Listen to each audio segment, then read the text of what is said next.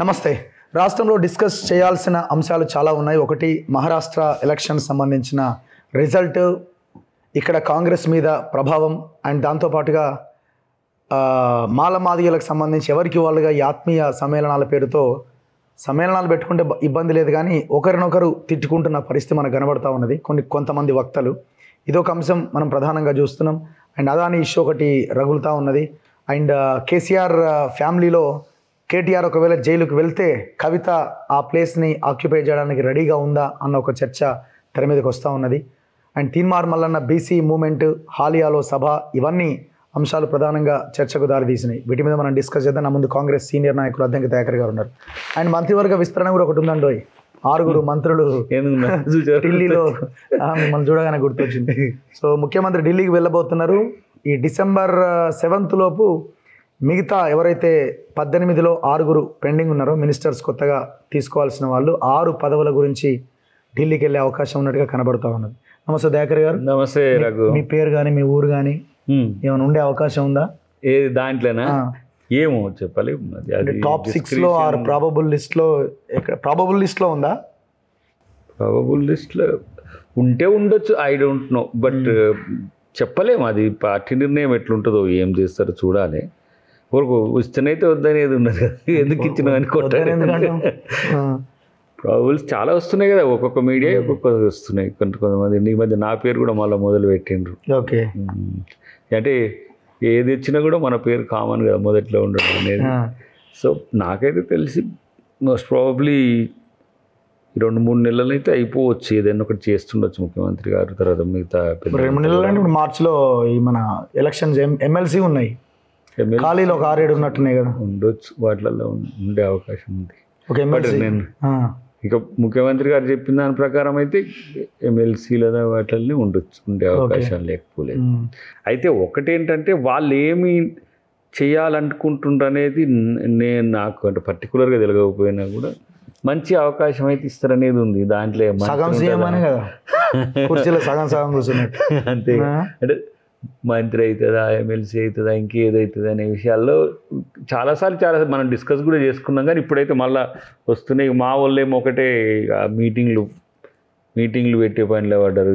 ఇప్పుడు అద్దంకి కడ్డేవారు అని ఇప్పుడే చూసిన ఒకటి స్టార్ట్ అయ్యి, అంటే పార్క్లో పోయినా ఎక్కడ పోయినా మనం నడిచే తీరులో స్టాప్లు ఎక్కువ అవుతున్నాయి. అందరు ఆపి ఇంకెంత కాలం అంటే 1 year అవ్వడం అనేది ఒక సమస్య అయింది.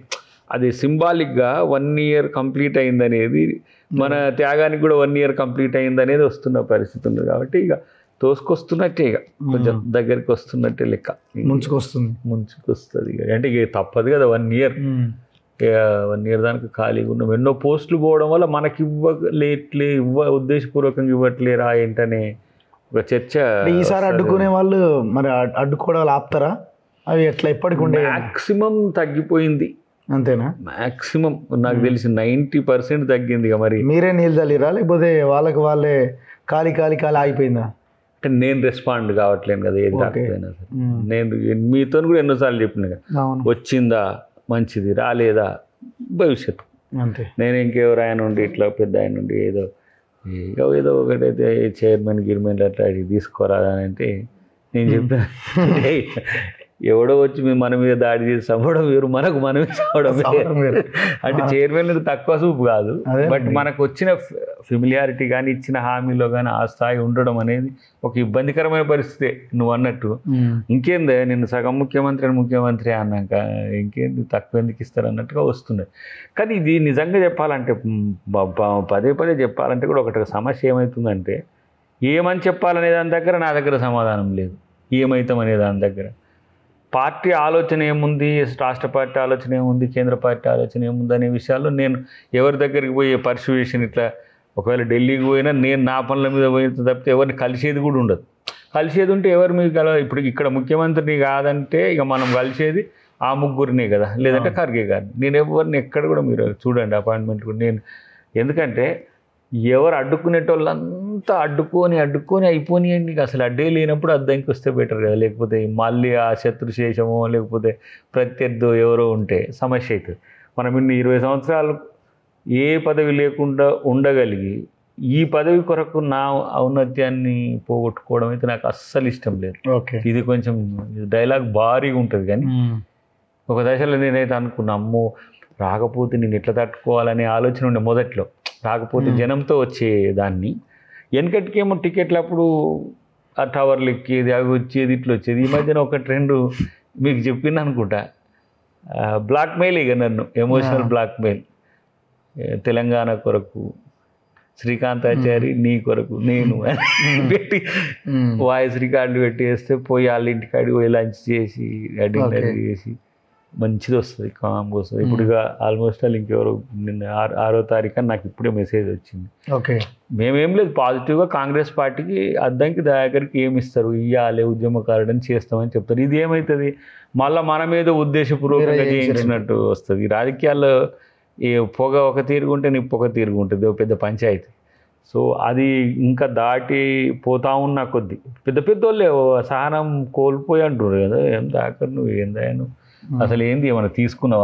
ఒక పెద్ద ఆయన ఎన్నో మీటింగ్లో అన్నాడంట, ఇదే మాలమాన మీటింగ్లో, దాకరికి ఎమ్మెల్యే పోయినప్పుడే ఇచ్చిరి ముట్టినాయి ముట్టినాయి. ఆయన సప్పుడు చేయండి ఎందుకనుకో ఊగానే ఉంటాడా, దాకరికి ఎంత కోపం ఉంటుంది.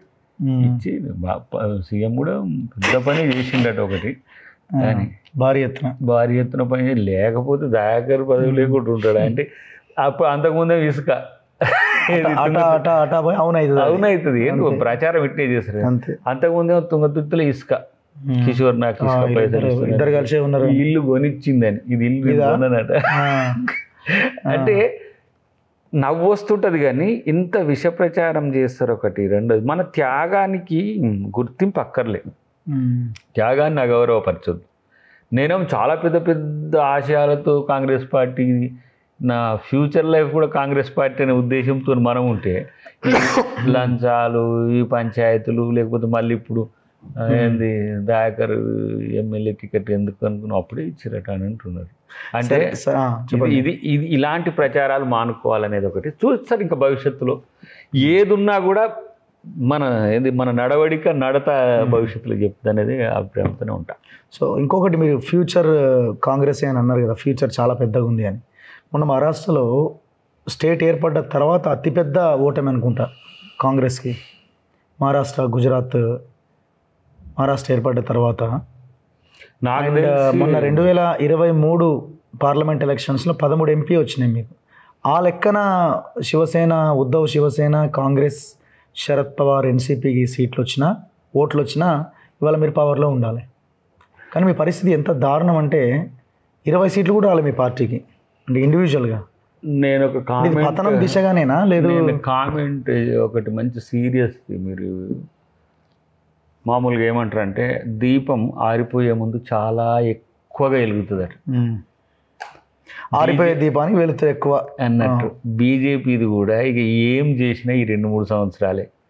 మహారాష్ట్ర క్లీన్స్, నేను కామెంట్ కొంతమంది ఈవీఎంలతోనని, నేను ఈవీఎంలతో ఓడిపోయినప్పుడు కూడా కొంతమంది ఈవీఎంలతోనని, కొంతమంది సోషల్ యాంగిల్తోనని, 3 లీడర్ల మధ్య కోఆర్డినేషన్ ఉందని, అదేదో ఆడవాళ్లకు 1500 నుంచి ఇవ్వడం అని అంటుండ్రు. కానీ మోదీ ఓడిపోయిన తర్వాత, ఓడిపోయినా ఎందుకంటున్నా, 2070, 300 ఇవన్నీ 2024 ఎలక్షన్స్లో వచ్చినప్పటికి కూడా ఇప్పటికి కూడా ముఖం తెలివి లేదు. మహారాష్ట్రతో ఫేస్ సేవ్ చేసుకోవాలనే ఉద్దేశంతో నేను ఈవెంట్ ప్లాన్ చేసినా కూడా తన ఓటమే నా దృష్టిలో. ఎందుకంటే చాలా పెద్ద ఎక్స్పెక్టేషన్స్ ఉండేవాళ్ళు, 400 పైచిలకు వస్తాయి, మేము మొత్తం ఈ దేశాన్ని మొత్తం ఇట్లా చేస్తామనే స్థితి నుంచి ఒకటేసారి లోయలకు పడ్డట్టు అయిపోయిన తర్వాత హర్యానా కిక్ రాలే వాళ్ళకు.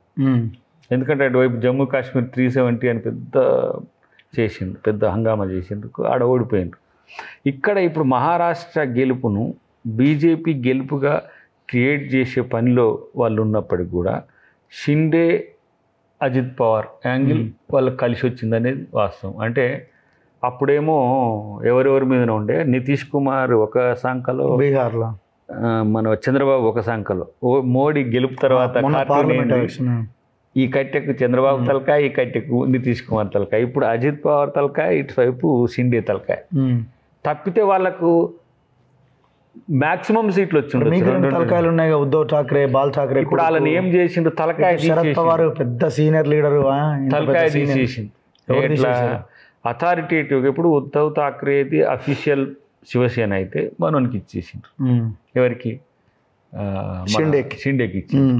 తర్వాత ఈయన శరద్ పవార్ లాంటి ఒక 50 years more than 50 years political legend పార్టీని తీసి గుర్తు తీసుకొచ్చి మనోనికి అజిత్ పవార్. ప్రతి ఎలక్షన్ లో మీరు ఏదో కారణం దీనికి చెప్తా. నేను చెప్పినాక మంచి క్వశ్చన్లు వస్తాయి నీకు చాలా. చెప్పండి. అయితే ఇప్పుడు ఇక్కడ ఏమవుతుందంటే గెలిచిండ్రు, ఈ ఎన్నిక గెలుపును గ్లోరిఫై చేస్తుండ్రు. గెలవడానికి కారణాలు కూడా నేను వెతుకొద్దని ఏంది, గెలుపుకి ఇంకా మేము ఓటమికి కారణాలు ఇవన్నీ చెప్పడమో, వాళ్ళు అక్రమంగా గెలిచినని చెప్పడానికి ప్రయత్నం చేస్తారు. ఇంత పెద్ద వీళ్ళు కదా, మహారాష్ట్ర ఎన్నికలను సైతం గెలిపించగలిగింది కదా. ఒక చిన్న నాయకుడు హేమంత్ సోరెన్ చేతులు ఎవరు ఓడిపోయినారు చెప్పండి కదా మీరు. మహారాష్ట్ర ఎన్నికని మనం జార్ఖండ్లో ఇంత పెద్ద లీడర్షిప్ కదా, మోదీ మరి అక్కడ లేడా? జార్ఖండ్కి ముఖ్యం ప్రధానమంత్రి కాడ తీసుకుపోయి జైల్లో పెట్టిండు. వాళ్ళ బాబాయిని సోరెన్ను తీసుకుపోయి పార్టీలో జాయిన్ చేసుకుండు. చెయ్యని అఘాయిత్యాలు లేవు, రాజకీయ అఘాయిత్యాలు అక్కడ. మహారాష్ట్ర మీద ఫోకస్ పెట్టడం వెనుక కారణం ఏంటంటే వాళ్ళు జార్ఖండ్లో ఎట్లా చావు తప్పి కన్నులొట్ట పోయినట్టు 29, 27 వచ్చినాయి. కానీ బాబులాల్ మరాండి కంటే ముందున్న ఆయన సీఎం చేసిన అకృత్యాలు చాలా పెద్దగా ఉన్నాయి. కానీ అక్కడ ఓటమి ఎందుకు చర్చ కావట్లే? చిన్న స్టేట్ అంటారు, చిన్న స్టేట్. ఇప్పుడు హిమాచల్ ఇంకోటి ఏదో ఉండేది చూడప్పుడు, వాళ్ళు అక్కడ గెలిచిండ్రు. హిమాచల్ చిన్నది 60 సీట్లు. అరే మరి 288 సీట్లలో నడిచిన హవా 61 సీట్లలో ఎందుకు నడుస్తలే? కాబట్టి దీన్ని ఏం చేసిండు అనే విషయంలో రేపు భవిష్యత్తులో మహారాష్ట్ర వాళ్ళు వదలరు. అది అజిత్ పవార్ విడబట్టి శరద్ పవార్కి వచ్చిన, షిండే వదిలేసి ఇటు వచ్చిన, రేపటి రోజున దాని మీద ఏదో రౌత్ ఏదో మాట్లాడింది. అది కూడా ఈవీఎం పక్కన పెట్టండి. అసలు వాళ్ళు చేసిన సోషల్ ఇంజనీరింగ్ ఇంకెవ్వరూ చేయలేరు అన్నట్టుగా చెప్పినాం. మహారాష్ట్ర గెలుపునే గ్లోరిఫై చేసుకుంటూ రేపు నేను అంటున్నా, ఒక వెలుగు దీపం ఆరిపోయే ముందు ఎంత బ్రైట్గా వెళ్తుందో. జార్ఖండ్లో మీకు ఒక నెగిటివ్ పాయింట్ కూడా ఉంది. చెప్పండి. మీరు అధికారంలోకి వచ్చిన బీజేపీకి 33% ఓట్ షేర్ వచ్చింది. సింగిల్ లార్జెస్ట్ పార్టీగా 33% ఓట్ షేర్ వచ్చింది. సీట్లు తక్కువ వచ్చినాయి కానీ ప్రజలు ఎక్కువ వాళ్ళ వైపే నిలబడ్డారు ఓట్లో. మీరు ఒకసారి 23 JMM, మీకు 15. మీరు మన మహారాష్ట్ర తీసుకోండి, ఒక్కొక్క నియోజకవర్గాన్ని మీరు అంటే మీకు ఏంది, ముంబై అయినా లేదు ఇటు కొంకన్ బెల్ట్ అయినా విదర్భ అయినా ఒక 4-5 క్యాండిడేట్లు సేమ్ పేరుతో ఉంటారు. ఓకే. తర్వాత వాళ్ళు గెలిచినవి కూడా 2000, 3000తో 5000 లోపే గెలుస్తారు. ఒక నాకు తెలిసి 60 నుంచి 75 దానికా, చాలా లోయర్ మార్జిన్. తర్వాత ఎంఐఎం ఉండనే ఉంది, తర్వాత ప్రకాష్ అంబేద్కర్ గారి పార్టీ ఉండనే ఉంది. ఎక్కడికెక్కడికి వాళ్ళు ఎలక్షన్ మేనేజ్మెంట్ చేస్తారు కదా, అట్లా చేసిండు వాళ్ళు. కానీ మీరు కూడా చేయొచ్చు కదా, మీకు 3 పార్టీలు ఉన్నాయి కదా, మీరు కూడా చేయొచ్చు. అంటే మేము నిలబడే కాడ ఆయన అడిగే మేము ఇవ్వాల్సి వచ్చే, ఆయన నిలబడే కాడ ఆయన అడిగే ఇటు. అదేమో పాజిటివ్ కోఆర్డినేషన్ అయింది, ఇదేమో జనరల్ కోయలేషన్ అయింది. దీనికి దానికి తేడా వచ్చింది. బట్ వాళ్ళు అది జార్ఖండ్లో ఎందుకు చేయలేకపోయినారు అని అంటే, జార్ఖండ్లో చాలా ప్రయత్నాలు చేసిండ్రు కానీ అక్కడ ట్రైబ్ లీడర్ని ఆల్మోస్ట్ ఆల్కి 75 సంవత్సరాల్లో 5-6 లీడర్లు ట్రైబల్ లీడర్స్ ఉన్నారు. హేమంత్ కొంచెం మంచి లీడర్గా ఎదుగుతున్న క్రమంలో. కానీ ఒక విషయంలో వాళ్ళు సక్సెస్ అయినట్టున్నారు కదా, ఒక స్లోగన్ తీసుకొని మనల్ని విడగొడుతున్నారో మనం కలిసే ఉండాలి అన్న ఒక స్లోగన్ తీసుకొని. అవును. మీరు ఏదైతే కులగణన అని హైప్లోకి తీసుకెళ్ళి దాన్ని స్టార్ట్ చేసి భారత రాజ్యాంగం పట్టుకొని ఎవరి వాటా ఎంత అని మీరు మాట్లాడుతున్నారు రాహుల్ గాంధీ. సో ఇది అండర్ కరెంట్గా చేయాల్సిన, నెమ్మదిగా లోపటి నుంచి చేయాల్సిన పని ఒక్కసారిగా దాన్ని ఒక పెద్ద మూమెంట్ లాగా తీసుకొచ్చి చేసినప్పుడు అది వాళ్ళకి అడ్వాంటేజ్ అయిందేమో అని. మమ్మల్ని విడగొడుతున్నారు. 100 సార్లు కాంగ్రెస్ పార్టీ 100 రాష్ట్రాలు అధికారం కోల్పోవచ్చు, కానీ బీసీలకు న్యాయం చేసే విషయంలో ఇంకొకసారి ఓడిపోయినా నష్టం లేదు. ఒకవేళ అది వాదా అయ్యమనండి మోడీని, గెలుస్తాడు కదా. మళ్ళీ ఒక్కసారి అయింది కదా, మనల్ని విడగొడుతున్నారు. మహారాష్ట్ర ఒక్కటి ఓడిపోయింది అనుకుందాం, కులగణన వల్ల కాదు. అది దాన్ని సాకు, దానివల్ల ఏవైతే వాళ్ళు ఆ ప్రాపగండా చేయడంలో వాళ్ళు సక్సెస్ అయ్యారు అంటున్నారు. ప్రాపగండానే కానీ ఓట్లు పడ్డాయి వాటికి కాదు. పూలే పుట్టిన ప్రాంతం, అంబేద్కర్ పెరిగిన ప్రాంతం అది విదర్భలో ఏ ప్రాక్టీసెస్ ఆర్ఎస్ఎస్ చేసిందో అందరికీ తెలుసు. పెద్దగా మనం చర్చించుకునేవి కాదు, మొన్నదానికి చర్చించినాయి. కులగణనను చాలా సీరియస్గా థ్రెట్ చేయాలని చూస్తుంది బీజేపీ. అందుకనే మహారాష్ట్ర గెలుపును కూడా కులగణనకు వ్యతిరేకంగానే చేసింది. రాజ్యాంగాన్ని పట్టుకొని రెడ్ బుక్ పట్టుకొని తిరిగిండి అంటుండాలి. రెడ్ బుక్ వాళ్ళకి రెడ్ కనబడుతుంది కాన్స్టిట్యూషన్, ఇదే వాళ్ళకి ఖిలాఫ్. మూడవది ఏమంటారు, ఏంది ఆయన పేరు, మన పెద్ద ఆయన బ్రిటిష్ కాడ ఉన్న ఆయన సావర్కర్ని వచ్చి సావర్కర్ ప్లేస్లో తిడితే లోకల్ ఫీలింగ్ ఉండదా అనే ఫీలింగ్లు వస్తున్నారు. ఇవి రాహుల్ గాంధీ మాట్లాడిన మాటలు. కానీ క్షేత్రంలో మా నాయకులు స్థానిక అంశాల మీద సీరియస్గా మాట్లాడింది. సో మీరు సరైన పొజిషన్లోనే ఉన్నారని డెఫినెట్గా మహారాష్ట్ర ఓడిపోతే ఒక రాష్ట్రం ఓడిపోయింది, కానీ బీసీని జీవితకాలం ఓడగొట్టే కుట్ర చేస్తుంది అది బీజేపీ. మళ్ళా బీసీని నేను అంటే కొంచెము ఎట్లా సమాచారం సరిగా లేదు, కానీ ఆయన ఓబీసీని మనకాడ ఎవరు మోదీ, నేను వాళ్ళ దగ్గర వాళ్ళని ఈ మధ్యన ఎక్కడో కలిసిన, మీదేంటిది మన నూనె దిప్పుతారు కదా మన గానుగులు జర కోమట్లకు అనుకూలంగా ఉంటారు కాబట్టి అక్కడ బనియా కింద ట్రీట్ చేసిన దాన్ని మేము బీసీలం వృత్తికులం మాదని చెప్పి దాన్ని ఓబీసీ చేసిండట మోదీ. కానీ బీసీ అయినా కూడా బీసీల పట్ల చిత్తశుద్ధి ఒకటి, బీసీ కమిషన్ వేసిండ్రు. బీసీలకు ఇప్పుడు బీసీ పక్కన పెట్టండి, దేశంలో మొత్తం ఏ కులం ఎంత అభివృద్ధి చెందిందని తెలుసుకోకుండా వాళ్ళకి ఏం స్కేలింగ్తో నువ్వు డెవలప్మెంట్ చేస్తావు? ఇప్పుడు చట్టసభలో 75 సంవత్సరాల నుంచి బీసీలకు లేదు అనే ఫీలింగ్ వచ్చింది, మెజారిటీ కమ్యూనిటీ అది. మరి వాళ్ళ నెట్ సబటైజ్ చేస్తావు, వాళ్ళు అన్రెస్ట్తో ఫీల్ అయితే ఏమవుతారు? ఇప్పుడు మహిళా మూమెంట్ పెద్దగా రాలే, ఇది పెద్ద ఎత్తున నేను కోరుకున్నాను రాలే, కానీ మణిపూర్లో మండిన మంటలకు విరుగుడుగా మహిళలకు 33% రిజర్వేషన్లను ఒక చట్టం తీసుకొచ్చింది. సరే అది ఎప్పుడు అమలు చేస్తారు, 1 నేషన్ 1 ఎలక్షన్ ఉంటుందా ఉండదా ఇదంతా సెకండరీ. కానీ ఓబీసీ అనేది నేషనల్ వైడ్గా వస్తున్నది, నేషనల్ వైడ్గా మామూలుగా రావట్లేదు. నేను దాదాపు ఒక 5-6 రాష్ట్రాల్లో కొన్ని మీటింగ్లు కూడా పాల్గొన్నా కదా. ఎందుకు ఇంతలా వస్తున్నదంటే చెప్పినాం కదా ఎన్నోసార్లు, ఎడ్యుకేషన్ పెరిగింది, ఆర్థిక స్థాయిలు పెరిగినాయి, సామాజిక న్యాయం మీద ఒక అవగాహన ఏర్పడ్డది, మనకు అన్యాయం జరుగుతుందనే ఒక భావన నిరంతరం వాళ్ళలో ఉంది. ఎప్పుడు పాలితులమేనా మనం, పాలకులుగా ఎందుకు మారకూడదనే ఫీలింగ్ వచ్చింది. కాబట్టి ఈ క్రమాన్ని గమనించకుండా ఒక సోషల్ ప్రెషర్ పొలిటికల్ వైపు నెడుతున్నప్పుడు అది రాజకీయ వ్యవస్థ తీసుకోవాలి, తీసుకోకపోతే సమస్య జటిలమైంది. అప్పుడు మండలనంగానే కమండలు తెచ్చిండ్రు, కాల్కేకర్ కమిటీ అనగానే దాన్ని సబటైజ్ చేసిండ్రు. ఇట్లా ప్రతి సందర్భంలో వాళ్ళకి అన్యాయం జరుగుతుందనే ఫీలింగ్ ఉన్నది. కాబట్టి అది కులగణన చేయడం అనే దాన్ని వ్యతిరేకించిండ్రు ప్రజలు. సో అంటాడు మన ఇంపాక్ట్ ఏమన్నా ఉందా? ప్లస్ 6 గ్యారంటీలని సరిగా అమలు చేయలేదు, బెంగళూరులో చేయలేదు, తెలంగాణలో చేయలేదు.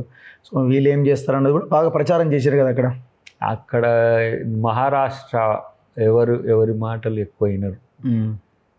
మహారాష్ట్ర తీరు వేరే ఉంటుంది. ఓకే, వాళ్ళ లోకల్ లీడర్షిప్ మధ్యనే పోటీ. మీకు జాతీయ స్థాయి నాయకత్వం ప్రచారం కూడా స్టార్ట్ చేశారు కదా ఇక్కడ ఉన్న సోషల్ మీడియా వీళ్ళంతా.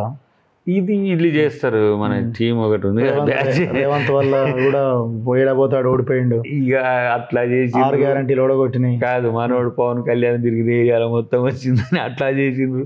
ఇదంతా కూడా లోకల్లో ఉన్న సమస్యలు చాలా ఉన్నాయి.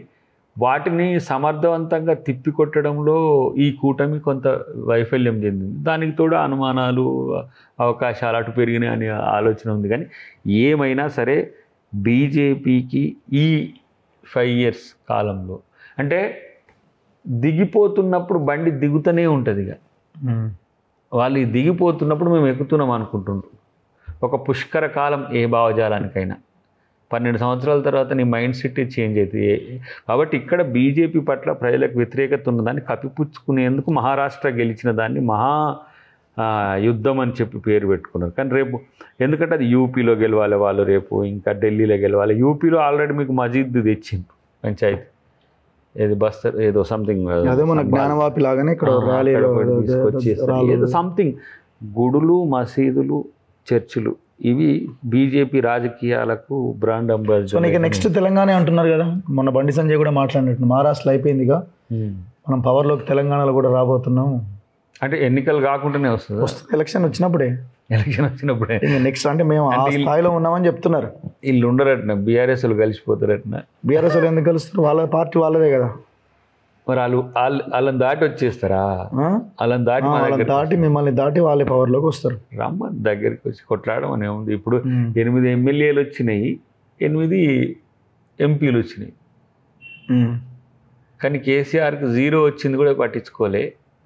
మేమే నెక్స్ట్ వస్తున్నాం, అయిపోయి ఈ గనువ దాటంగానే మేమే అనే స్థితికి ఇప్పుడు వచ్చింది. కాబట్టి వాళ్ళు ఇంకోటి కాంగ్రెస్కి నాకు తెలిసి ఇప్పుడు మేము అనుకుంటున్న ప్రాజెక్టు కరెక్ట్గా కనుక ల్యాండ్ అయితే పెద్ద సమస్య రాదు నేను అనుకుంటున్నాను. బీజేపీ పడుతున్న కెరటం అంతే, లేచినాక ఆలోచిద్దాం. ఫస్ట్ పడాలి కదా. 2029 ఎలక్షన్స్లో బీజేపీకి నాకు తెలిసి పూర్తి స్థాయిలో నష్టపోతున్న ఒకే ఒక పార్టీ దేశంలో బీజేపీ. ఎక్కడ నేను ఇంకొక ఫ్యాక్టర్, నిన్న ఇంటర్వ్యూ చేస్తే కొండా విశ్వేశ్వరరెడ్డి గారు చెప్తున్నారు. సో అల్టిమేట్గా Congress BJP face to face fight అయిన దగ్గర బీజేపీ మాత్రమే గెలుస్తున్నది, కాంగ్రెస్ ఓడిపోతున్నది. Direct face to face fight ఉన్న దగ్గర. సో తెలంగాణలో కూడా అది రిపీట్ కాకుండా ఉండాలి అంటే బీఆర్ఎస్ బతకాలి. రేవంత్ రెడ్డి బీఆర్ఎస్ని క్లోజ్ చేద్దామనే ప్రయత్నం చేసినా రాహుల్ గాంధీ చేయనీయడు. అది అట్లుండని ఎందుకు దాన్ని డిస్టర్బ్ చేయడం అని అంటాడు అన్న ఒక ఫ్యాక్టర్. రెడ్డి గారు చేస్తారు, బాగానే సమర్థంగానే విశ్లేషణ చేస్తారు. కానీ కాంగ్రెస్ ముక్త భారత్ అనేది వాళ్ళ ఎజెండా. కాంగ్రెస్ కాకుండా ఇంకెవరన్నా మీరు గెలవండి, నో ఇష్యూ. కానీ కాంగ్రెస్ గెలవద్దు. వాళ్ళకి అసలు ఈ దేశంలో కాంగ్రెస్ అనేది ప్రధానమైన శత్రువుగా ఉన్నది. ఫర్ ఎగ్జాంపుల్ మీరు చూడండి, మేము కూడా విపక్షాలను బతికియడానికి మేము ఆ ఎత్తుగడలో విపక్షాలకు అనుకూలంగా ఉండి మేము నష్టపోతున్న ప్రాంతం కూడా చెప్తా. జమ్మూలో ఎందుకు మేము ఎన్సీకి టికెట్లు ఇవ్వలేదు? ఓకే, జమ్మూలో మేము కాన్ఫ్రంటేషన్కి పోయినాం. కాశ్మీర్లో ఎన్సీ నేషనల్ కాన్ఫరెన్స్కి ఇచ్చినాం. ఎందుకు? వాళ్ళు గెలవాలి, వాళ్ళ ప్రాంతీయ ఆత్మీయత అది. ఇప్పుడు జవహర్లాల్ నెహ్రూ గారు కూడా ఏం చేసిండటంటే ఉత్తరప్రదేశ్ చలో సపా, మీరు బీహార్ లాలు నితీష్ అంటే ఎక్కడికెక్కడికి ప్రాంతీయ అస్తిత్వాన్ని కూడా నిలబెట్టేందుకు ఒక ప్రయత్నంగా మొదట్లోనే రాష్ట్రాలు పంచినట్టే చేసిండట. ఫెడరల్ స్ట్రక్చర్లో ఆ లోకల్ ప్రాంతీయ తత్వాన్ని బతికిస్తూనే ఫెడరల్ స్ట్రక్చర్ నిలబెట్టాలనే ఆలోచన ఆ రోజు నెహ్రూ గారికి ఉంది. అది ఇందిరాగాంధీ గారు కూడా కంటిన్యూ చేసి అదేమైంది, పాయలుగా బీజేపీకి ఉపయోగపడే స్థితికి వచ్చింది ఇప్పటికి. అంటే ఒకటికి దగ్గర తీసుకోవడం, 2 చంపేయడం వాళ్ళది అంతే. అంటే లైక్ అకాలీస్ చంపినట్టు, శివసేనని చంపినట్టు వాళ్ళ యుద్ధ నీతి అంతే. వాళ్ళు దగ్గరికి తీసుకొని ఇప్పుడు బీఆర్ఎస్ని కూడా దగ్గరికి తీసుకున్నారు, చంపేసిండ్రు. రేపు మొత్తానికే చంపేసి ఆ ప్లేస్కి 2వ ప్లేస్కి వీళ్ళు వచ్చిన తర్వాత మాతో కొట్లాడతారు అనమాట. ఇది వీళ్ళ యుద్ధతంత్రం ఎప్పుడు నడిచేంత వరకే. ఇక ఇప్పుడు ఆ దేశంలో అంత పథకాల అమలుకు సంబంధించి కానీ మోదీ వ్యతిరేకత కానీ వీటన్ని కంపిపుచ్చేందుకు విజయాలు తెచ్చుకుంటూ ఉంటారు. ఒకవేళ ఇన్ని ఎన్నికల్లో చూడండి మీరు, ప్రతి ఎన్నికల్లో బీజేపీ గెలిచింది, కానీ జాతీయ ఎన్నికల్లో ఆ స్థాయి పెర్ఫార్మెన్స్ ఎందుకు రాలేకపోయింది? అన్ని రాష్ట్రాలు మీ చేతుల్లోనే ఉండే, మరి సీట్లు ఎందుకు తగ్గినాయి? మేమెక్కడనో ప్రతిపక్ష హోదా లేకుండా 50లలో ఉన్న వాళ్ళు మమ్మల్ని 100కి ఎందుకు తీసుకొచ్చిండ్రు? ఇది వ్యతిరేకత కాదనుకుంటుంది. ఎందుకంటే మేము 3వసారి అధికారంకి వచ్చినాం అనుకుంటుంది తప్పితే నేను ఎంత బలంగా గెలిచిననే దాని దగ్గర లేదు. కానీ వాళ్ళకి ఇప్పటికీ లక్ష్యం ప్రాంతీయ పార్టీలుగా ఇతర ఆలోచన విధానాలు కాదు, ఓన్లీ కాంగ్రెస్ ఈ దేశంలో ఉండకూడదు అనేది. అదే బీజేపీని చంపేస్తుంది. సరే పొద్దున మీకు కూడా అంతే కదా, వాళ్ళకి ఎట్లాగైతే కాంగ్రెస్ ఉండొద్దు అనుకో, మీకు బీజేపీ ఉండొద్దని అనుకుంటారు. ఎందుకు ఉండొద్దు అనుకుంటాం? మేము బీజేపీ ఉండొద్దు అనుకుంటే 2 సీట్ల నుంచి ఎదుగని ఇవ్వకపోతుంది కదా. 2 సీట్ల నుంచి 82 సీట్లకు వచ్చింది, 82 సీట్ల నుంచి 170 సీట్లకు వచ్చింది, 170 సీట్ల నుంచి ఇలా మళ్ళీ 270, 280 సీట్లకు వచ్చింది. ఒకవేళ మేము తలుచుకుంటే బీజేపీ నాయకత్వాన్ని ఎదగనియొద్దు అనుకుంటే, కాంగ్రెస్ పార్టీ నియంతృత్వ ధోరణితో ఉంటే, కాంగ్రెస్ పార్టీ వీళ్ళ లెక్క ఉంటే, అసలు బీజేపీ కాదు ఈ దేశంలో ఇంకో పార్టీ ఎందుకు? ఏకఛత్రాధిపత్యంగా ఒక అధ్యక్షతర పరిపాలన పెట్టి కాంగ్రెస్ వాళ్ళే నిరంతరం అధ్యక్షులు ఉంటేట్టు చేసుకుంటే అయిపోయేది కదా రాజు లెక్క. సరే ఇప్పుడు ఇంతకీ కేటీఆర్ని జైల్లో వేస్తున్నారా? ఇట్లా ఎగురు అనేమో రేవంత్ రెడ్డి అంటున్నాడు, ఎన్ని రోజులు ఎగురుతావో చూస్తా అని. ఏం చేస్తావు, చూద్దాం, ఏం వేస్తావు నువ్వు, నీకు అంత సినిమా ఉందని కేటీఆర్ అంటున్నాడు. సినిమాల బ్రహ్మానందం ఏం సినిమా అది, అతిథి అనుకుంటా, అతిథి కిక్ మీ అంటాడు చూసిన ఓకే అదే స్ట్రాంగ్ ఉన్నది అతడా కిక్ మీ అని అంటాడు చూడు. ఇంకో సినిమాలో పవన్ కళ్యాణ్ ఏమో ఒక నల్ల బాడీ బిల్డర్ ఉంటాడు, నిన్ను కొట్టపు అని అంటాడు చూడు. అట్లా రేవంత్ రెడ్డి వాని వాయిస్ పీలగా ఉంటుంది, ఏ ఇది బాగలేదు నిన్ను కొట్టా. ఇప్పుడు మా ముఖ్యమంత్రి గారిది అట్లా ఉన్నది, నిన్న చెప్పింది కదా, ప్రతిదానికి ఏదో అధికారితనం వేసుకొని మీదకి వచ్చి అవగాహన లేకుండా కాదు, అబద్ధాన్ని నిజం చేసి ఒక ప్రక్రియ చేస్తున్నాడు. కాబట్టి మనోడు అరెస్ట్ గిరెస్ట్ అంటే అరెస్ట్ అయితే ఇప్పుడు 10 రకాల ఎంక్వైరీలు జరుగుతున్నాయి, 10 డిపార్ట్మెంట్లో జరుగుతున్నాయి. మొదట నేనే అవుతా అని నాకు ఎందుకు అనుమానం వస్తుంది అంటే బీట్ మీ నీ అపోజిషన్ అని హ్యాపో అని మా ముఖ్యమంత్రి గారు పక్కన నువ్వు ఆదరణ ఆయన మెయ్యని రమ్మని. అసలు క్యాబినెట్ హై ఎవరు? ముఖ్యమంత్రి కదా, మరి ఆయనను వదిలేసి ఈయన ఎందుకు లోపటేస్తాను ఈయనే అనుకుంటుండు. లేకపోతే మా ఎవరు పొంగులేటి గారు పొలిటికల్ బాంబ్ అని అది నా మీద పడుతుంది, వేయండి నా మీద. రెండోది నిన్న ఒకటి పంచి వేలింది మంచిగా, ఆ జైలుకు పోయిన వాళ్ళు అరెస్ట్ అయిన వాళ్ళు ముఖ్యమంత్రి అవుతారు అంటే మరి నీకంటే ముందు మీ చెల్లెగారు అయినరు కవిత గారు పోతుంది అనేసరికి మళ్ళీ ఇప్పుడు కూడా మనోనికి బ్రేకింగ్లే. అంటే ఇట్లా ఏదో అరెస్ట్లతోనో లేకపోతే రోజు మీడియాలో ఉండి మాట్లాడిన మహబాద్లో వాళ్ళు ఒకటే గో బ్యాక్ కేటీఆర్ అంటున్నారు. ఎందుకు అక్కడ ఉన్న గిరిజనులే ఇప్పుడు దెబ్బెక్కడ దాకింది ఈయన పోయి ఏడ పంచాయతీ పెట్టుకుంటుంది చూడు, ఏడ మహబాద్లో పోయి పంచాయతీ పెడుతుంది, ఈడ ఈయనకు లేదు కానీ మళ్ళీ ముఖ్యమంత్రి సొంత కాన్స్టిట్యున్సీ నువ్వురా అక్కడికి పో అని అంటాడు. అంటే ఈయన అసలు జరిగిన కాడ పంచాయతీ పెట్టుకుంటే ఆడ ఏదో ప్లాన్ వేసి పెద్ద బిగ్ స్కెచ్ అన్నట్టుగా నేను చెప్పింది ఏదో అటు ఇటు అనుకున్నా కానీ ఆయన పోలీస్ ఆఫీసర్ కూడా చాలా తీవ్రంగానే గాయపడ్డాడట. వాస్తవానికి అది చెప్పడానికి ఇబ్బంది కదా, మీరే ఫెయిల్యూర్ అందులో మేము ఫెయిల్యూర్. ఇప్పుడు ఏంది ఇప్పుడు వాళ్ళని జైలు వేస్తే రైతులను జైల్లో పెడుతురా, రైతులను అందరినీ ఏరి పక్కన పెట్టని చెప్పి నేనైతే తిరుపతి అన్నకి చెప్పిన అక్కడ ఒక 2-3 పోలీస్ ఆఫీసర్ రైతు ఒరిజినల్ రైతు ఎవరుంటారో ఫస్ట్ వాళ్ళని పేర్లు పెట్టి తీసి పక్కన పెట్టండి, పెట్టి మీరు ఇంకోసారి ఈ రౌడీలు మోకాలకి ఇటు దగ్గరికి రాకండి, మేము మీ పేరు మీద వాళ్ళు దాడులు చేస్తున్నారని చెప్పి వాళ్ళకి జస్ట్ అట్లా చెప్పి కౌన్సిలింగ్ ఇచ్చేసి పంపించేయండి. ఎందుకంటే దాడి సందర్భంలో వీళ్ళు కూడా ఉన్నారు కానీ వీళ్ళే చేసినట్టుగా క్రియేట్ చేయడానికి వాళ్ళని అక్కడ పెట్టిండ్రు, చేసిన వాళ్ళు వేరే. ఇంకా అదేదో రిపోర్ట్ వస్తుంది, దేంట్లో అరెస్ట్కు అర్హుడు కాడు మనోడు కేటీఆర్. A1 అవుతాడో A2 అవుతాడో అది పక్కన పెట్టు, అది నేను డిసైడ్ చేసేది కాదు. ఎంక్వైరీ కమిషన్స్ చేస్తే లేకపోతే దాని మీద ఎంక్వైరీ చేస్తున్నా ఎవరైతే ఉంటారో వాళ్ళు చేస్తారు. అరెస్ట్ అని ఇప్పుడు 2 నెలల నుంచి నడుపుతున్నా మనోడు. ఇంక అరెస్ట్ చేస్తారు, కొంచెం ఇంటి చుట్టూ చాలా మందిని పెట్టుకున్నారట, ఏమైనా చేస్తే అందరికి ఎమ్మెల్యేలకు ఏది ఇప్పుడున్న ఎమ్మెల్యేలకు మాజీ ఎమ్మెల్యేలకు ఏమన్నా అయితే లేపాల మూమెంట్ మీరే అని చెప్తుండడు. నేను ఎవరితో వింటున్నా. కానీ మా మహేష్ గౌడ్ గారు ఏమన్నారు చూసాం, నీ పక్కన తిరిగిటోళ్ళు ఇటు రావడానికి సిద్ధంగా ఉన్నారు, అది చూసుకురా బాబు ఫస్ట్ అని. అంటే బాస్ ఉన్నప్పుడు చెప్తే వింటారు. కానీ నేను మొదటి నుంచి చెప్తున్నా కేటీఆర్కి ఎంత డేర్ ఉంటుందా అని, అది పోయి ఫామ్ హౌజుల్ని తేలుతున్నది.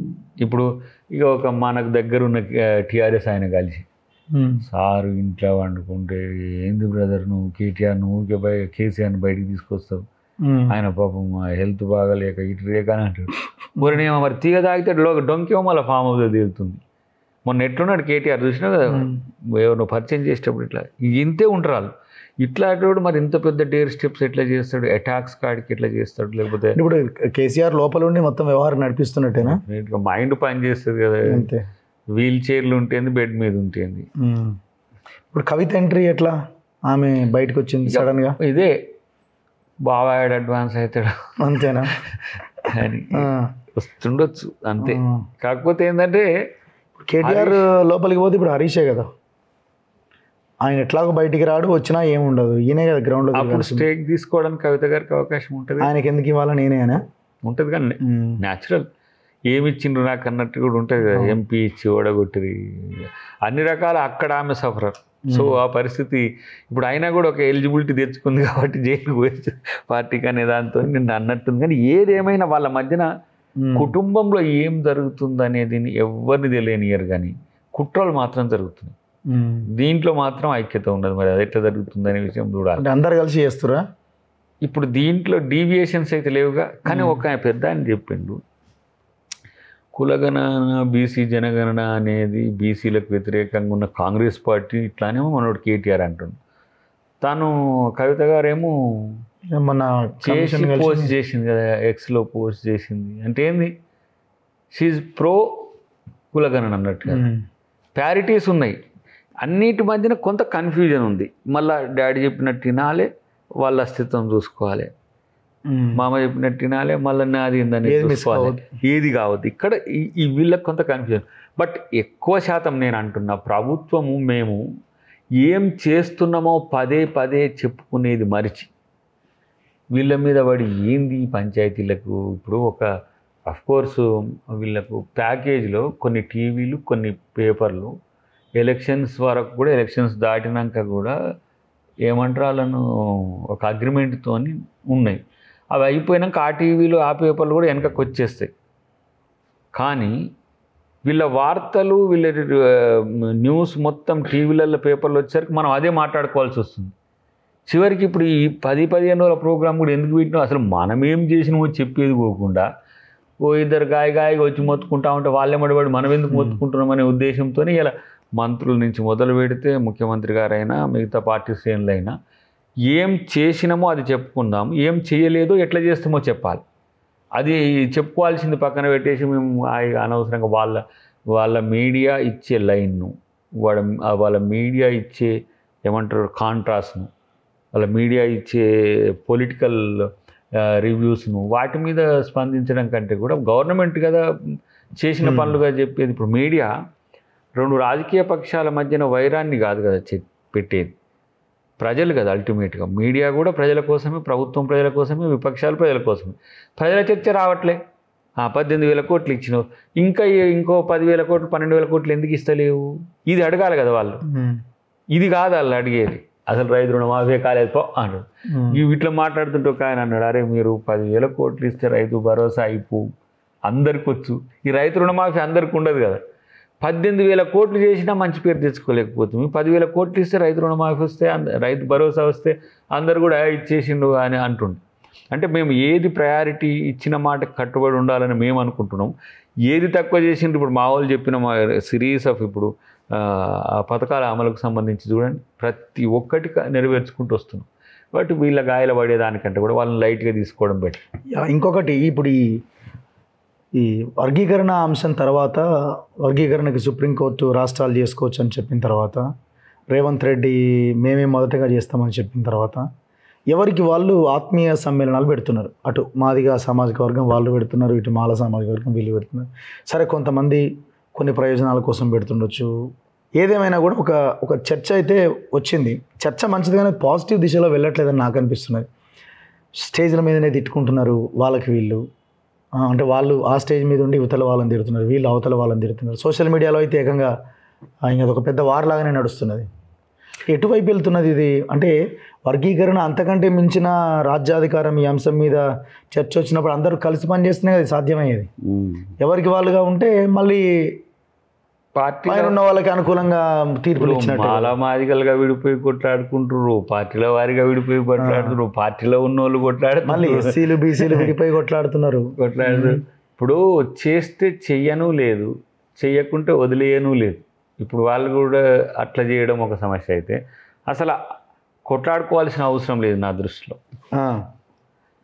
ఒకే పార్టీలో ఉన్న వాళ్ళ మాదిగగా విడిపోయి కొట్లాడుకోవాల్సిన అవసరం లేదు, మాదిగ సంఘాలు కూడా కొట్లాడుకోవాల్సిన అవసరం లేదు. దాన్ని ప్రభుత్వం, సుప్రీంకోర్టు తర్వాత చట్టం ఏం చెప్తుందో దాని ప్రకారం నడుచుకొని ఒక ఎమికబుల్ సొల్యూషన్ వైపు పోవాల్సిన అవసరం ఉండే. కానీ పని కంటే ఎక్కువ పంచాయతీ అవుతుంది. అందుకని నేను దానికి చూసిన కదా, నేను ఒక 2004 నుంచి 2003 నుంచి మానమానాల్లో పనిచేస్తున్న సంఘం 2006 నుంచి పెట్టిన, ఇవన్నీ కూడా పంచాయతీలకి అవుతున్నాయి తప్పితే పరిష్కారాలు రావట్లేదు. నేను ఒకరోజు మార్గదండోర మీటింగ్కి పోయి కూడా దీన్ని పరిష్కరించండి అని చెప్పిన. ఎవరు మన ఆయన పేరు కిషన్ రెడ్డి గారు, కేంద్ర హోంశాఖ సహాయ మంత్రి ఉండి. ఇక అప్పుడు మా వాళ్ళు నా మీద ఒక దయాకర్, అద్దంకి దయాకర్, మాదిగ దండోర, ఇక కొంతమంది అయితే ఇంక ఎక్స్ట్రీమ్కి పోయి మందకృష్ణ కమ్ముడు పోయింది ఇట్లా అని. నేనేమంటే ఒక సమస్య నిరంతరం కొనసాగడం అనేది, ఇప్పుడు తెలంగాణ ఉన్నది, ఏదో ఒక దశలో ఒక క్లించ్ అయింది, కానీ దీనికి ఏదో ఒక దశలో ఏదో ఒక క్లించ్ కావాలిగా. లేదు చెయ్యమనన్నా చెప్పాలి, లేదు చేస్తామనన్నా చెప్పాలి. సుప్రీంకోర్టు కూడా ఏం చేసింది, రాష్ట్రాలకు అధికారం ఇచ్చి వదిలేసి, రాష్ట్రాలకు అధికారం ఇచ్చి వదిలేస్తే రాష్ట్రాల వాళ్ళ ఇష్టం, ఏ రాష్ట్రం డిమాండ్ ఉంటే ఆ ఇప్పుడు రాష్ట్రం అల్టిమేట్గా చెయ్యాలి అన్న డిమాండ్ మీద కొట్లాడాలి వీళ్ళు. సరే, ఈ యువతల వాళ్ళు చెయ్యొద్దు వద్దు అని చెప్పినప్పటికీ వాళ్ళ లైన్లో వాళ్ళు అసలు ఇప్పుడు ఇష్యూ అంతా డైవర్ట్ అయిపోతుంది కదా. ఇద్దరు మన వాళ్ళే కొట్లాడుకుంటుండ్రు. ఇప్పుడు నేను దాని మీద పార్టీ స్టాండ్తో ఉండాల్సిన అవసరం, నేను వాయిస్ ఆఫ్ ది పార్టీ కాబట్టి డెఫినెట్గా నా వాయిస్ అంటే రేవంత్ రెడ్డి గారు మాట్లాడిపిస్తున్నారు. మళ్ళీ నేను న్యూట్రల్గా ఎందుకుంటున్నా, పార్టీ నిర్ణయం ఏమైనా తీసుకుంటాను. పార్టీ నిర్ణయం తీసుకున్నప్పుడు నేను సంఘం అధ్యక్షునిగా ఉన్నప్పుడు కూడా దాని మీద నేను స్పందించకపోవడానికి ఒకే ఒక కారణం ఏంది, నేను సంఘం అధ్యక్షుడినే కాదు, ఎట్ ద సేమ్ టైం పార్టీలో ఒక క్రియాశీలకంగా జనరల్ సెక్రటరీ కానీ అధికార ప్రతినిధి కానీ ఉన్నప్పుడు నేను మాట్లాడే మాట పార్టీకి వ్యతిరేకమైంది అనుకో, నా మీద క్రమశిక్షణ చర్యలు ఉంటాయి. నేను మాట్లాడలేను, ఎవరైనా మాట్లాడుకోవచ్చు, అది వాళ్ళ ఇష్టం. అధికారం కొరకు పదవుల కొరకు ఎవరైనా మాట్లాడుకుంటే అది కాదని. కానీ పార్టీ ఒక నిర్ణయం తీసుకుంటే పార్టీకి కట్టుబడి ఉండేంత వరకే చేస్తా. అట్లని చెప్పి దయాకర్ అసలే మాలల్ని పట్టించుకుంటలేడు, మాలోళ్ళు అంటే అసలు ఆయనకి ఇష్టం లేదు, ఆయన రాజకీయ స్వార్థం కొరకు అసలు మాలోళ్ళని పట్టించుకుంటారు. ఈ కాదు, అట్లా మాట్లాడేటోళ్ళు కూడా ఎప్పుడు మొన్న వచ్చిన వాళ్ళు అసలు జరిగేటప్పుడు లేదు. నేను కృష్ణమాది గారు కొట్లాడుకున్న టైంలో వీళ్ళు లేరు. అస్తిత్వ పోరాటం ఉండాలి డెఫినెట్గా, అది ప్రజాస్వామ్యయుతంగా ఉండాలి, పరస్పరం నిందించుకునే విధంగా ఉండదు. ఒక డెమోక్రటిక్ చర్చ, ఇప్పుడు ఆంధ్ర తెలంగాణ కొట్లాట కూడా వచ్చింది, అందరు కేసీఆర్ మాదిరిగా జాగో బాగో అనలేదు. జేఏసీ ఒక న్యూట్రాలిటీ మెయింటైన్ చేసింది, ప్రజా సంఘాలు కూడా విడిపోయినా కలిసి ఉందామనేది ఎట్లా తెచ్చింది. ఇప్పుడు అట్లాంటి పరిస్థితులు ఉండాలి. కానీ ఇవి జాతి వైరాలు పెరుగుతున్నాయి, వ్యక్తిగత వైరాలకు పోతున్నాయి. ఇది సమస్య అవుతుంది, ఇది మంచి పద్ధతి కాదని మనం ఇరు వర్గాలకు పిలుపునియడం తప్పితే మనం చేయగలిగింది కూడా ఏం లేదు. ఇప్పుడు అట్లాంటి ఇప్పుడు మీరు చూడండి, సంఘాలనే కొంచెం బ్యాలెన్స్ చేసి వాళ్ళని ఎట్లా వెళ్ళాలన్న దాని మీద ఒక చర్చ జరగాలి కదా. అసలు నేనైతే ఒక 2-3 పెద్దలకు చెప్పిన, మీరు ఇద్దరిని పిలిచి జరిగేది రాజ్యాంగబద్ధంగా జరుగుతుందా చట్టబద్ధంగా జరుగుతుందా తర్వాత, కానీ గడ్జెస్ పెంచుకోవడం ఏంటి, గడ్జెస్ పెంచుకోవడం వల్ల ఎవరికి లాభం? రెండు వర్గాలుగా విడిపోతే శత్రువులాగా మారిపోతే ఎంత ప్రమాదం భవిష్యత్తు. చాలా అసలు పూడ్చలేని అగాధాన్ని పెంచకండి అనేది. ఇప్పుడు వర్గీకరణ ఏమవుతుందో ఏం కాదు, కానీ జరిగే ప్రమాదం జాతుల మధ్యన పెద్ద వైరం అవుతుంది. నష్టం లాభం చర్చ ఉంటుంది. ఇగో అల్టిమేట్గా జరిగేది జరుగుతుంది. కానీ ఇప్పుడు మన ఇద్దరం కలిసినప్పుడు మర్యాదపూర్వకంగానన్నా ఉండేది ఉండగానే చూడంగానే ఈయన ఇక మనకు శత్రువే. ఇంకొకటి ఇందులో పార్టీలు కూడా వాళ్ళు గవర్నమెంట్లో ఉన్న వాళ్ళు సైలెంట్గానే ఉంటారు, కొట్లాడుకోనియండి ఏముంది, చీలికి వస్తే వాళ్ళకి అడ్వాంటేజే కదా. ఒక పెద్ద అసలు నేనైతే ఎప్పటికీ అర్థం కాని సమస్య నాకు ఇది. మళ్ళీ నేను ఆ నేపథ్యం నుంచే వచ్చినప్పుడు నేను తెలంగాణ ఏర్పాటు అవుతుందన్న క్రమంలోనే నేను చెప్పిన, నేను దీన్ని వర్గీకరణ అంశంలో నేను ఎందుకు మాట్లాడకూడదనంటే ఒక రకమైన గడ్జెస్ పెంచుతున్నాయి. ఇక దాన్ని ఎవరనేది కూడా చెప్పలేను, దాని వెనక ఎవరున్నారు దీని వెనక ఎవరున్నారు అని కూడా చెప్పలేను. కానీ మనం అన్నదమ్ములం అనుకుంటున్నప్పుడు విడిపోయిన అన్నదమ్ములు పంచుకున్న తర్వాత కూడా కొట్లాడుకోరు. పంచుకునేటప్పుడు పంచాయతీ అవుతుందేమో, లేదంటే పంచుకోకపోతే ఇంకా దండోర ఉద్యమం కొనసాగుతుందేమో, లేదంటే పంచుకుంటే వీళ్ళకు అన్యాయం జరిగిందని వీళ్ళు వచ్చి. కానీ మనం హ్యుమానిటేరియన్గా ఉండాల్సిన పరిస్థితిలో మాత్రం డెఫినెట్గా జాతుల మధ్యన వైరం పెట్టడం అనే దాన్ని మనం ప్రోత్సహించద్దు. ఇప్పుడు నేను ఇక్కడ కూడా గతంలో కూడా మీకు చెప్పిన తీర్మానమాలన్న గారి అంశంలో కూడా సరే వేరు మీడియా వాళ్ళు వేరు తీరుగా ఏదో మనం ఆయనను వ్యతిరేకించినట్టు వేస్తారు. కానీ బీసీల అస్తిత్వం కొరకు పోరాడడం అనేది న్యాయబద్ధమైనది, కానీ ఇంకో కులానికి వ్యతిరేకంగా కాదు. రెడ్లను వ్యతిరేకించాల్సిన అవసరం లేదు. నీకు రెడ్లు ఇష్టం లేకపోతే అందరికీ పార్టీకి ఎందుకు ఉండదు, నాకు ఇంకొక ఆయనకు విషయం పక్కన పెట్ట. దీనివల్ల ఒకరి వల్ల సోషల్ డెకోరం ఎకోసిస్టమ్ దెబ్బతినొద్దు. అందరు బయటికి వెళ్ళి మాదిగలు మాలల్ని తిడతలేరు కదా. జనరల్ కామన్ పీపుల్ 95-96% ప్రజలు ఉంటారు. వాళ్ళకి మనం చేసే ఉద్యమాల ద్వారా మేలు జరుగుతుంది, సంతోషపడతారు. ఆయన లైన్ ఎట్లా కనిపిస్తుంది మీకు? కొంత దూకుడుగా వెళ్తున్నారు, ఆయన తట్టు మీ పార్టీలో ఉన్నారు, కాంగ్రెస్ లీడర్గా ఉన్నాడు ఎవరు, మల్లన్న, తీర్మారు మల్లన్న. మళ్ళా ఇది నేనైతే మీ ద్వారా అప్పీల్ చేసేది. అండ్ రాహుల్ గాంధీని మళ్ళీ అప్రిషియేట్ చేస్తున్నాడు, ఆయన ఎత్తుకుంటున్నాడు. నేనేమంటున్నాను అంత పర్ఫెక్ట్గానే ఉన్నది ఐడియాలజీ విషయంలో.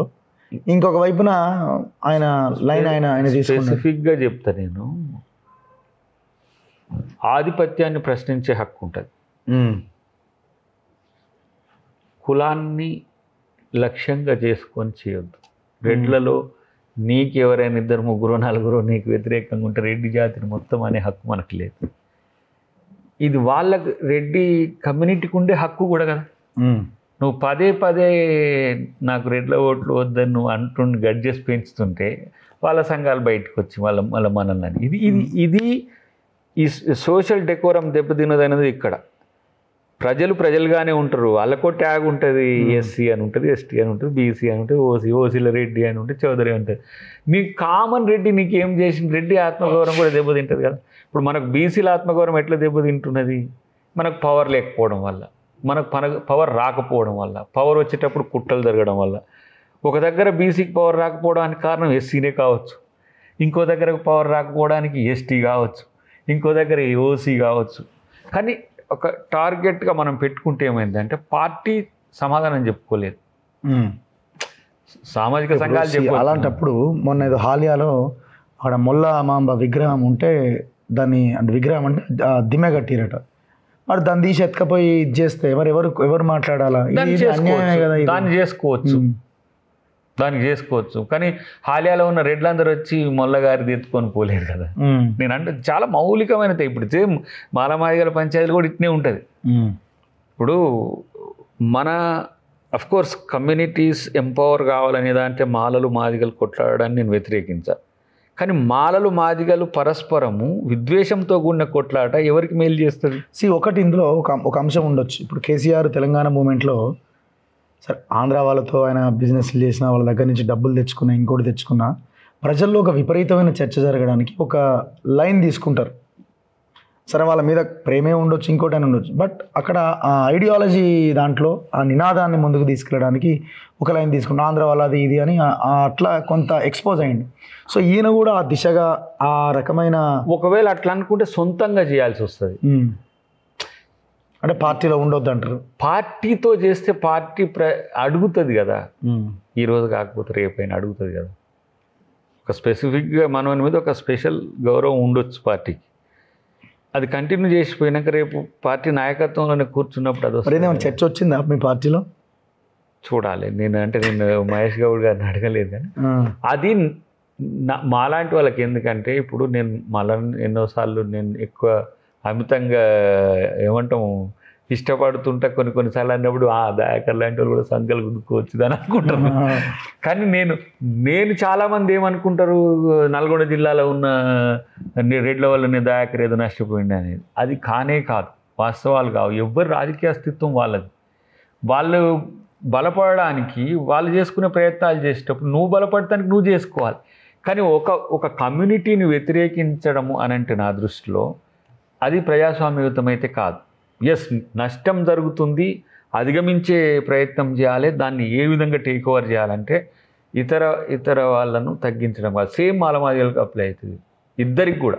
ఎందుకు ఈ మాట అంటున్నా అంటే ఈ మీటింగ్లు చూస్తున్నా, ఆ మీటింగ్లు చూస్తున్నా, ఇక గోక్కోవాల్సి వస్తుంది.